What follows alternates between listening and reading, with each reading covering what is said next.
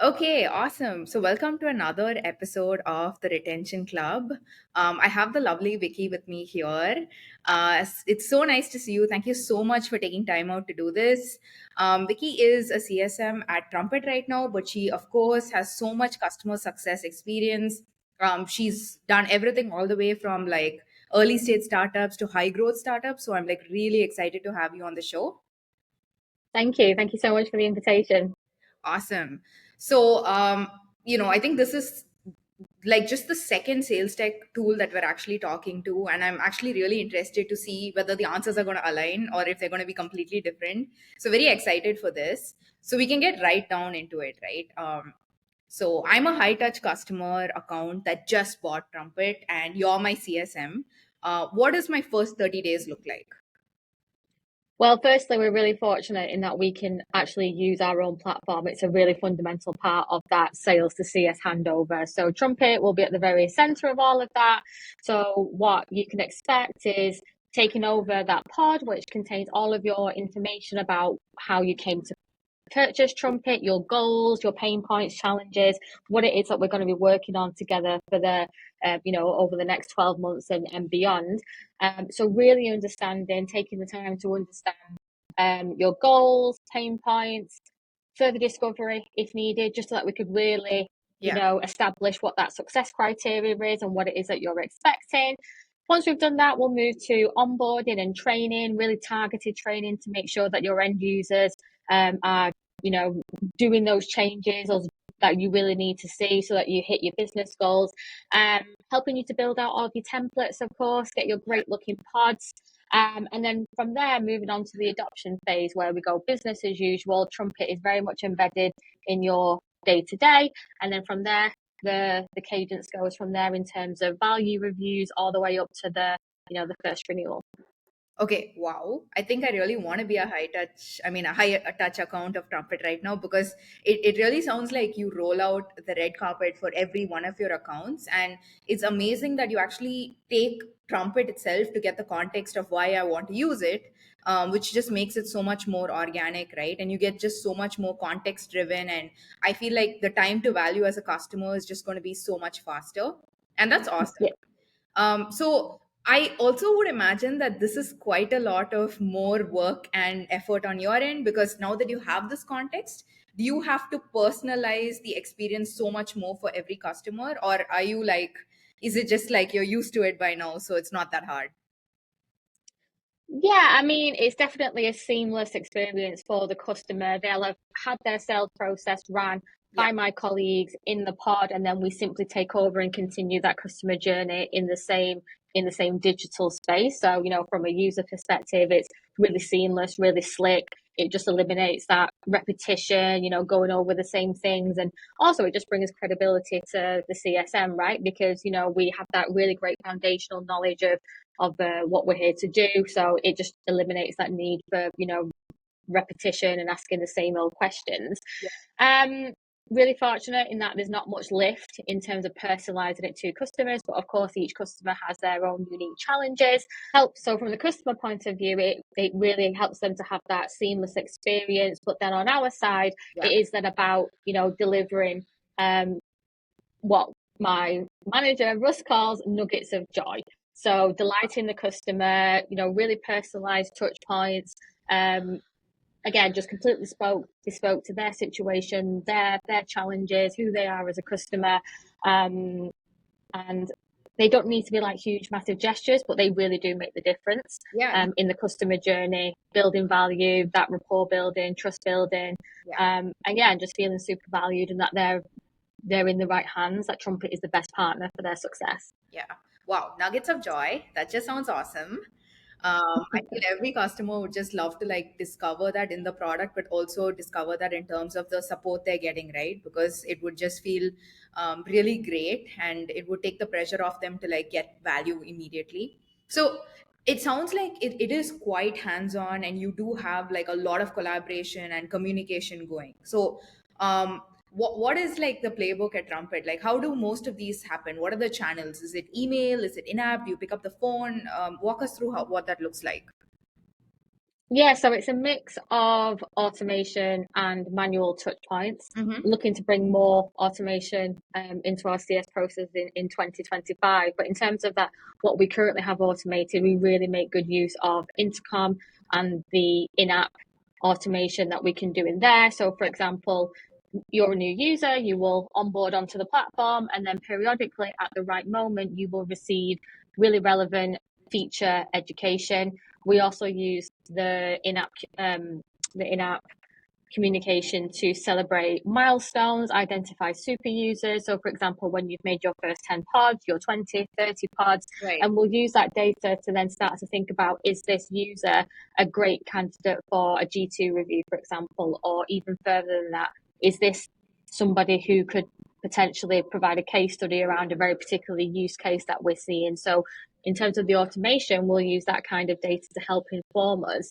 But in terms of the day-to-day CSM, it Yeah. is those manual touch points, which is meeting with our customers on the frequency basis that they prefer, Yeah. what suits them, Yeah. Slack, Teams as well, if that's their preferred channel, email. But also what we really put a lot of value on here at Trumpet is that async communication as well. So Mm-hmm. we use our own product, our own platform to collaborate with our customers in the pods so Right. that we don't need to jump on meetings. It's getting so much harder now to meet with customers True. in a meeting. So we really, balance that the important stuff where you do need to have that face to face Yeah. time together with that async, whether that's video, voice notes, leaving comments in the pod. So that's how we see the style of communication with our customers shifting as well. I think what's really cool is how much that you've actually tried to like use your own product as part of the entire tech stack in itself, which in a lot of ways is like advocating for it, right? Just like so that your customers can then kind of try and use that with their customers as well, right? Which I think is like a sneaky PLG tactic, but then I think it definitely would be working. Um, so great. So what do you think about the entire customer journey, though? I'm sure that lots of times that things go like super smoothly, but like, what do you think is like, okay, this is the most challenging part? There's a pattern I see here, and what's the playbook that you personally use to kind of get over it? Yeah, this isn't specific to current role at Trumpet, but from previous times as well. And that is the change management aspect of being a CSM, Yeah, actually getting people to do things, yeah, to adopt your platform, to bring it into their day to day seamlessly with their other responsibilities, other platforms that they use. yeah. Um, so I would say that's the most challenging part of that customer journey, and that's why the onboarding, Mhm. especially, is so crucial in getting that right Yeah, and really setting the tone for the rest of the partnership. yeah, And when I think about how I do that and how we do it and how teams that I've been part of previously, yeah, it's just always going back to those original buying reasons, yeah. always revisiting why we're here together. Hmm. And then something that's become even more crucial is just making sure that you are speaking to the persona, that you're speaking their language, Yeah. um, making it super relevant for them, positioning yourself again as that best partner to help them be successful, whether that's the end user or your strategic decision maker. Right, right. So basically, getting them to realize the value of the product, but then that always goes back to why they originally decided to get it, and then just trying to meet in the middle, right? And like kind of get those two together in one point. Okay, awesome. Yeah, Yeah. absolutely. And like I know like obviously the ratio I don't know how it is at Trumpet, but then what I'm seeing right now is that the ratio of CSMs to customers is like spread like really really thin, and I'm sure like different customers have different needs. How do you prioritize which customers you need to engage with or handle every day? Yeah. I think there's so many things that you should be looking at Yeah, simultaneously. But that's just not realistic. So where I start is that critical 60 or 90 days. So what I mean by that is this a customer who is newly onboarded yeah, to Trumpet, for example, and then that initial 60 days so that they have the best experience possible and see that early successes, and time to value. Right. On the other side of that, of course, it's those 60 or 90 days coming up to the renewal. Of course, we strive for, a wonderful partnership relationship throughout the duration. But in terms of planning and prioritizing where I spend my time, it's those new customers and then customers come up to renewal. And then I think something that CSMs also kind of forget is once you've renewed a customer, it's not a case of, oh, okay, right, that's done now Yeah. until next year. It's also the 60 or 90 days following that renewal as well. Yeah. Because at the renewal discussion, you'll have talked about goal setting for the next term. There will be that level of expectation, and it's just constantly reiterating and validating their decision to renew with you. Right. So there's two phases that are super important. But then, of course, there's other things like, is this a strategic logo? Is there opportunity for upsell and for expansion? Yeah. Is customer going through a bit of a challenging time in terms of technical issues, for example? Like we all know that they happen. So that, do they need a little bit of extra support to remove short-term blockers? Right. So lots of different things that you need to balance Mm-hmm. when it comes to being strategic about your portfolio. Right. Okay. That's really interesting. And so we actually spoke about this a little before, right? You were talking about, hey, we like to automate these touch points, and then of course there are like the critical manual touch points that you do. Um, is there like a playbook there, in the sense, do you follow a specific pattern for all customers, or do you kind of kind of tailor it as per, you see this customer might need more manual intervention, or you see a pattern in that particular type of customer? Like, how does it actually work? So it's important to have regular value reviews. They might be called a QBR, for example, but definitely having that dedicated time together at periodic points throughout the relationship, where you get together to assess the data, to understand if Trumpet or said platform is embedded and really supporting those business outcomes that we establish at the start of the relationship. But Right. something that I like to do is to really understand the frequency Hmm. of the preferred frequency of such touch points.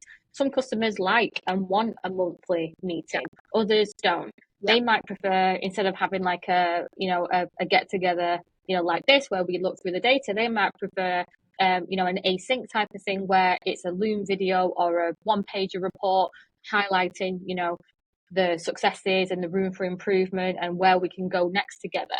Yeah. So that's something that I brought into Trumpet, is to really understand the preferences around the customer, and that we shouldn't dictate it, Right. as CSMs, because ultimately they're more important than our processes, rather Yeah. than us trying to enforce it onto the customer. So Yeah. there has to be room for flexibility there, so long as we are, getting what we need in terms of demonstrating that ROI. Yeah, no, absolutely. And given that salespeople are just like super busy all the time, is it hard to kind of, even if they're doing the async thing, get them to come into Trumpet and look at the Loom video or the one pager that you've dropped? Or do you also like just also send it across on email and things like that? Or do you feel like, hey, it's okay, and they will meet you there as well? Varying degrees of engagement, but you're absolutely right. Salespeople, the persona that we work with, just super busy. Yeah. But I guess my tip there, and what I try to practice every time is, am I adding value with what I'm saying here? Yeah. What's the likelihood of response? And I really look to my colleagues in sales, constantly learning from the call to action, the hook, the leading with value over feature. Yeah. So I think if you're not receiving the engagement that you need, or that you want, I Yeah. think it's a matter of asking yourself, like, It, is this valuable to this particular person? Like, would you respond, yeah. to this email? Right. Um, So it really doesn't matter the mode. It's just about cutting through the noise, and like a less is more. Is this actually delivering value, right? And if you are, it doesn't matter where it is. They are definitely going to respond to it because it's something that makes sense to them. Okay, wow. I think that's like very practical advice. Um, so I think this next question is something that a lot of people will probably sit up for and like maybe like even like take notes on. Um, Tell us about your tech stack, right? Like, what is your tech stack today? Trumpet, of course, Okay. HubSpot, o- HubSpot, Intercom, Slack, and then for product analytics, we use PostHog. Okay, nice. And that's actually quite a lean and concise tech stack, right?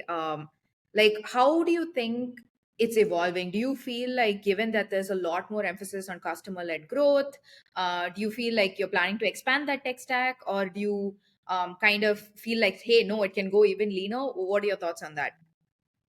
Yeah, absolutely. There's definitely room for a CS platform in there as well, Yeah, so that we have that overall and holistic view of customer health. yeah, And then what we'll be able to do there is to then interpret how is that translated into ROI and value. So that's certainly a gap in the tech stack. Oh, and something else in our tech stack is Jiminy, our CI yeah. provider. So it records all of our calls. No need to take notes. Next steps, action items, great for meeting prep, meeting follow up, all that good stuff. Just saves so much time for a CSM. I can't do my job without it. Okay, awesome. So I love how you answered your biggest time sink by remembering that tool. So that's great. Cool. Um, so now I'm like basically, we're moving on to the next segment of the podcast, which is something I like to call the crystal ball segment. And as the name suggests, if you had a crystal ball and you can peer into the future, it would be great if you can answer these questions from that POV. And the first one actually being a little bit about what you were talking about earlier about your tech stack. If you could design the perfect customer success tool, right? With whatever you think the future challenges is going to hold for you, what would that look like? Some kind of single source of truth where it is indicating that the customer is receiving ROI and value as per their definition. Right. So out in the market, we have product adoption, Yeah. support ticket analysis, Yeah. churn analysis, things like that. But it would be great if there was something that could definitely say, hey, Vicky, this customer against X, Y, and Z success criteria that you mentioned, they're using these features which are supporting a X, Y, Z, for Yeah. example, Right. which really is kind of like pie in the sky. But that would be my dream one. No, that's awesome because I think, like you said, it's kind of these tools are kind of set up for like generic kind of uh, like metrics or benchmarking. But what would really make sense, given that you're all about value based outcomes for what specifically the context that the customer came in for, it would be awesome if they were like super personalized. If there was a filter on top that would personalize each and every customer view, so that then I'm assuming you're kind of doing this manually right now, right? Where you're sitting and you're like going, hey, they bought Trumpet for these reasons, but are they actually getting value for these reasons? And I'm guessing it's even harder when you have to break it down into an account level. And then let's say there's 15 people in an account and you have to see if each of them are getting value as well, right? So I can kind of Yeah, understand. Yeah. definitely. Yeah. And also it's pulling that data from different sources as well to then put that picture together as to, are these success criteria that we agreed, are they being established and exceeded? Yeah. Um, Okay. Okay. So now for some good news. What are you most excited for in terms of CS in 2025? yeah, so there's so much talk in CS about how the ongoing challenge for CS generally is about value realization on the customer behalf. Yeah. So I'm really excited for CS and especially CS leaders to work to really understand what that means for the customer and Yeah. then design that journey. And what I mean by that is I've been part of a team previously where we had to really go back to the drawing board for a number of different reasons Right. as to what does our product do and how do our customers take value. Right. Not in 3 months' time when we get XYZ feature, Yeah. but right in the here and now. So Yeah. we had to really redesign that process as to what is value, like that our customers are taking, and how do we measure it as well? How do we present it back to our customers so that, of course, we can renew and expand? And that was a really quite like career defining moment for me. Like I think as a team and as an individual CSM, we really upskilled ourselves in like, understanding the difference between ROI and value, because they are two very, different concepts. So in 2025, I'm looking forward to all of this talk around how we demonstrate value, what does it mean, and then really kind of like working to translate that into the day to day and into real life, if that makes sense. Yeah, that actually really makes sense. And I think what I found really cool about that point is you looking at ROI and value as two different things. Whereas I think it, for a lot of people, it just means one and the same thing, which it really isn't if you think about it pretty deeply, especially since I feel like there needs to be a lot of hyper personalization, and there needs to be a lot of awareness on the context of what customers want right from the beginning all the way through. And I think what makes it tricky is I think those expectations can also change, right? In the middle. They can always decide that, no, I mean, I wanted to get this, but hey, this is actually working out better for me, or this is not actually working out better for me. And then they can change in between. So I think that was a really insightful point that you made. Um, yeah. I did think on that on the ROI and value thing as well is something that CSMs and myself included in the past is are guilty of, is using them interchangeably, Yeah. and kind of like throwing these words around, and they are two very separate concepts. And ultimately, what we started to see in 2023 this year, and it's not going to go away anytime soon, is that you will not necessarily score a renewal Yeah. on value alone. It has to be upsell. Yeah. This a CFO in 2025 who we are seeing come into the renewal discussion even more and more, That's true. they will not renew or green light a renewal and an expansion on value alone, for Yeah. convenience, for ease of use, because it makes my day easier. It has to be that cold hard ROI metrics. Are we saving money, making money, saving time, reducing risk, all of those, business critical things. Yeah. So yeah, that's something that I feel really strongly about as a CSM. It's those definitions between ROI and value. Yeah. No, I think, yeah, great insight again there. That's awesome. So I think now we're basically moving on to the rapid fire round. This is like a really fun way for you to spill tea on certain things. If you have very strong opinions on them, you can even name names. I'm not going to stop you, but if you don't want to, that's also totally fine. So, okay, so let's get into it. Um, One word to describe the heart of customer success in sales tech. Evolving, if that's, Evolving, yeah, inspiring. yeah, yeah. Okay, right. Okay, got it. Okay, the first tool you open every morning. Slack. Okay. Do you open it because you hear the ping, or no, you just go and open it? Just go and open it. Awesome. Most reliable churn predictor. The CSM. Okay, got it. Favorite customer health score component. Overall product usage. And I say that because without strong adoption, they're not going to see strong ROI outcomes. So you do have to have a baseline Yeah, usage of your product.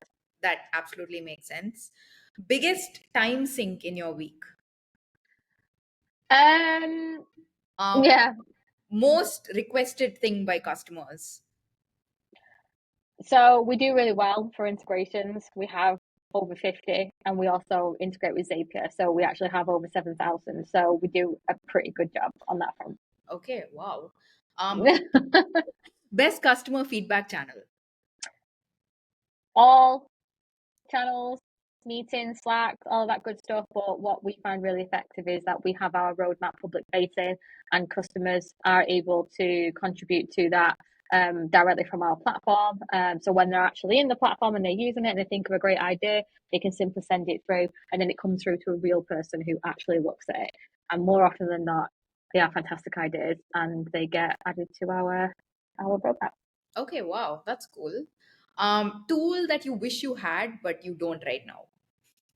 A CS platform. Okay, got it. Most effective customer touch point.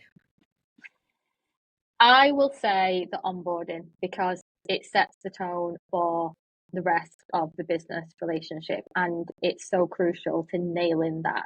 You can spot a churn risk at the onboarding. Oh, really? Um, yeah, yeah.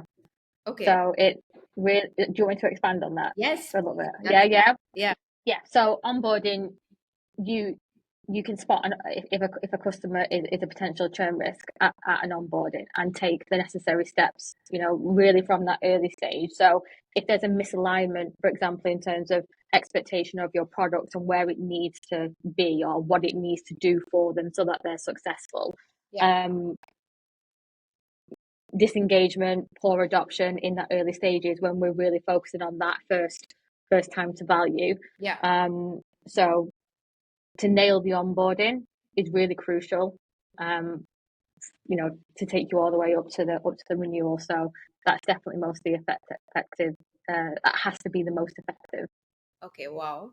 And this actually like segues up really nicely to my next question, which is what is the most successful customer rescue play? Like you see like a customer is angry or they look like they're gonna churn. What has actually really worked for you? Yep. So learnt this from a very wise CS leader previously, and that is just to lead with curiosity and with empathy. Right. Meet the customer where they are, ask the questions, the tough questions, whatever the sentiment is, whatever the situation is. And if you lead with both of those things, the conversation will take care of itself. Like the conversation will pan out. You will learn what it is that you need to do, so that then you can therefore go make the best next steps, to turn things around or whatever the situation may be. But, just using those two values, making the customer feel seen and feel heard and understood. Yeah. And that's why I feel so passionate about, despite everything, and how CS is going to change, Yeah. in terms of automation, and it is a revenue focused function, but just always having that empathy at the heart of it. Yeah. Um, So it's okay to basically be a little vulnerable and be like, I don't, you can just say that I don't really know why this went wrong. And let me really understand how I can solve this for you, rather than just pretend like everything's okay and just kind of meet them at the level they're at, right? Yeah, absolutely. And we're in really challenging times Yeah. in the tech industry, and customers and companies are continuing to navigate those, and they will in 2025 as well. So I think it's just being cognizant of that as well, that they're going to have business challenges, and that may impact your tool as well, your product, and how you're working with them. So, just have that open mind, Yeah. be curious about their situation, remember who you're speaking to in terms of the persona, and, what's important to them, both as an individual and also the function that they look after.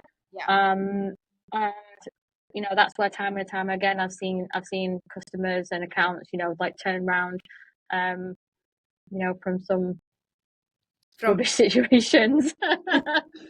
Nice. Awesome. I mean, it's been really nice chatting with you, and I think it was a super insightful conversation. And yeah, I hope you have a really good year and chat again Thank soon. you. Thank you so much. So,